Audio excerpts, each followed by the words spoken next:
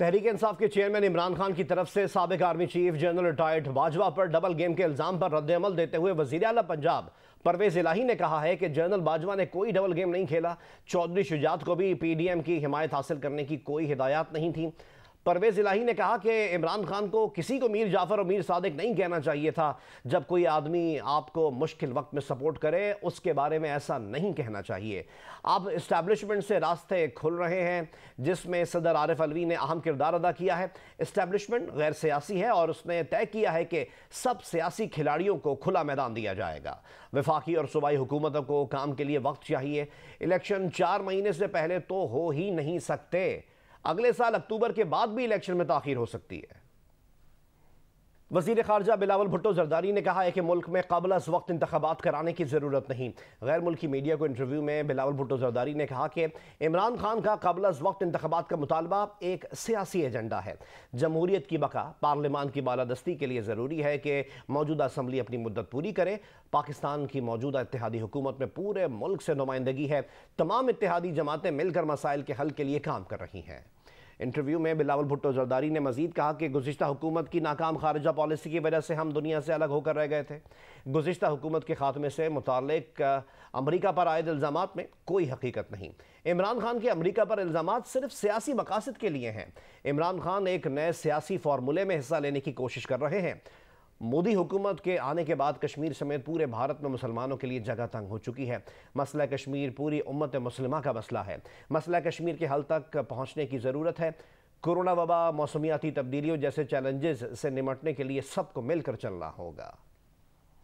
पंजाब के बेशतर मैदानी इलाके आज भी गहरी धुंध की लपेट में हैं। मोटरवे M2 लाहौर से सियाल मोड़ तक धुंध के बायस बंद कर दी गई है। मोटरवे पुलिस के मुताबिक लाहौर मुल्तान मोटरवे M3 फैजपुर से दरखाना तक बंद है। मोटरवे M4 पिंडी भटिया से दरखाना तक बंद और मोटरवे M1 पेशावर से स्वाबी तक धुंध के बायस बंद कर दी गई है। कौमी शाहराहों पर भी धुंध के बायस ट्रैफिक की रवानी मुतासिर है। मोटरवे पुलिस ने ड्राइवर्स को फॉग लाइट्स इस्तेमाल करने और एहतियाती तदबीर इख्तियार करने की हिदायत की है। मुल्तान और गिरदोनवाह में सुबह के औकात में धुंध पड़ने का सिलसिला शुरू हो गया है। इसकी मजीद तफसील जानते हैं नुमाइंदा जियो न्यूज़ इमरान चौधरी से।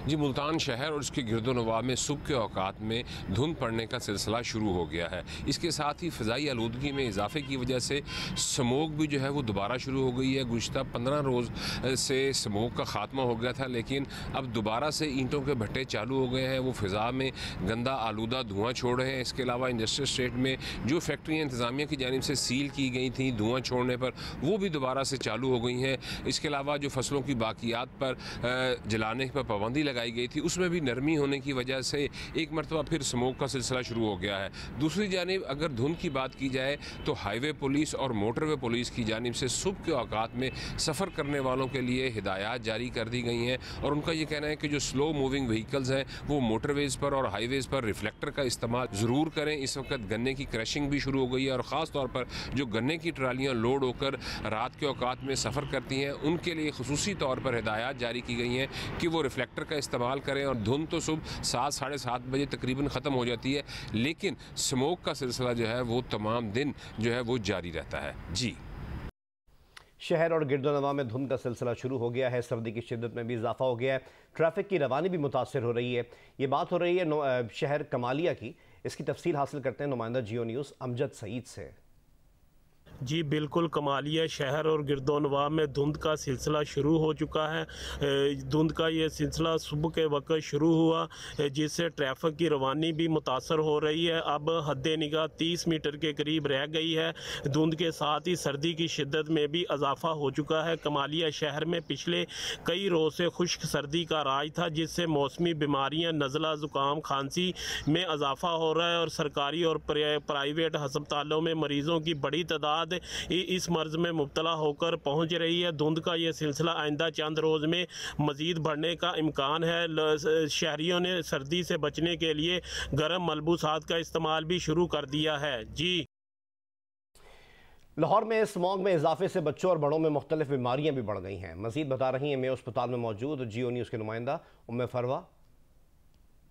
जी, लाहौर में स्मोक के बढ़ने के साथ साथ जो है मुख्तलिफ़ किस्म की बीमारियां जो है वो बहुत तेज़ी से फैल रही हैं और सबसे ज़्यादा जो बीमारी की शिकायत आ रही है इनमें नज़ला, ज़ुकाम, बुखार, चेस्ट इन्फेक्शन, खांसी और सांस की बीमारियां जो है वो बहुत ज़्यादा फैल रही हैं। मैं हॉस्पिटल के अंदर जो है 200 से ज़ायद पेशेंट जो है रिपोर्ट हुए हैं, जिसमें हर उम्र के अफराद शामिल हैं।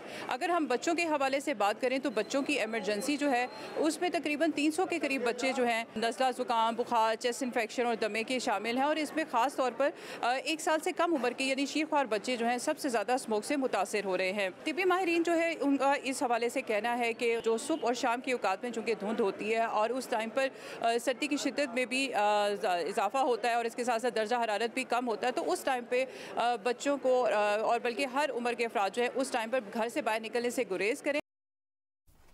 लाहौर और इसके गिरदोनवा में धुंध और स्मॉग का सिलसिला जारी है, जिसके बायस लोगों को आमदोरफ्त में दुश्वारी का सामना करना पड़ रहा है। मजीद बताएंगी लाहौर से नुमाइंदा जियो न्यूज़ दुआ हफीज़।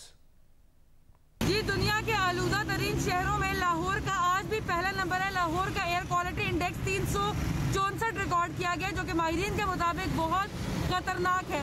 पिछले 3-4 रोज से लाहौर कॉन्टीन्यूसली पहले नंबर पे आ रहा है और आलूदा तरीन शहर कंसिडर किया जा रहा है, जिसकी वजह से हम देख रहे हैं कि स्मोक कम होती नजर नहीं आ रही और लोगों में बीमारियां भी बढ़ती जा रही हैं। डॉक्टर्स का ये कहना है कि चूंकि स्मोक की वजह से गले में खराश और आंखों में उलझन की शिकायत ज़्यादा आ रही है, इसलिए मास्क का इस्तेमाल लाजमी करें। जब भी बाहर जाए मास्क के साथ जाए और आंखों की बचत के लिए कोई ना कोई ग्लासेस लाजमी पहने ताकि इस स्मोक से बचा जा सके। और अब बात करते हैं रावलपिंडी टेस्ट की, जिसको नतीजा खेज बनाने के लिए आज आखिरी रोज पाकिस्तान को 263 रन दरकार होंगे और इंग्लैंड को 8 विकेटें चाहिए। रावलपिंडी टेस्ट के चौथे दिन गेम में ट्विस्ट आया। पाकिस्तान ने पहली इनिंग्स 499 रन 7 विकेट से आगे बढ़ाई। आगा सलमान 53 रन करके आउट हुए, फिर जाहिद और हारिस स्कोर 579 तक ले गए। बिल जैक्स ने 6 खिलाड़ियों को आउट किया। इंग्लैंड ने दूसरी इनिंग्स 78 रन की बढ़तरी के साथ शुरू की। बेन डकेट गोल्डन डक का शिकार हो गए। इसके बावजूद इंग्लिश बैटर्स ने जारहाना अंदाज अपनाया।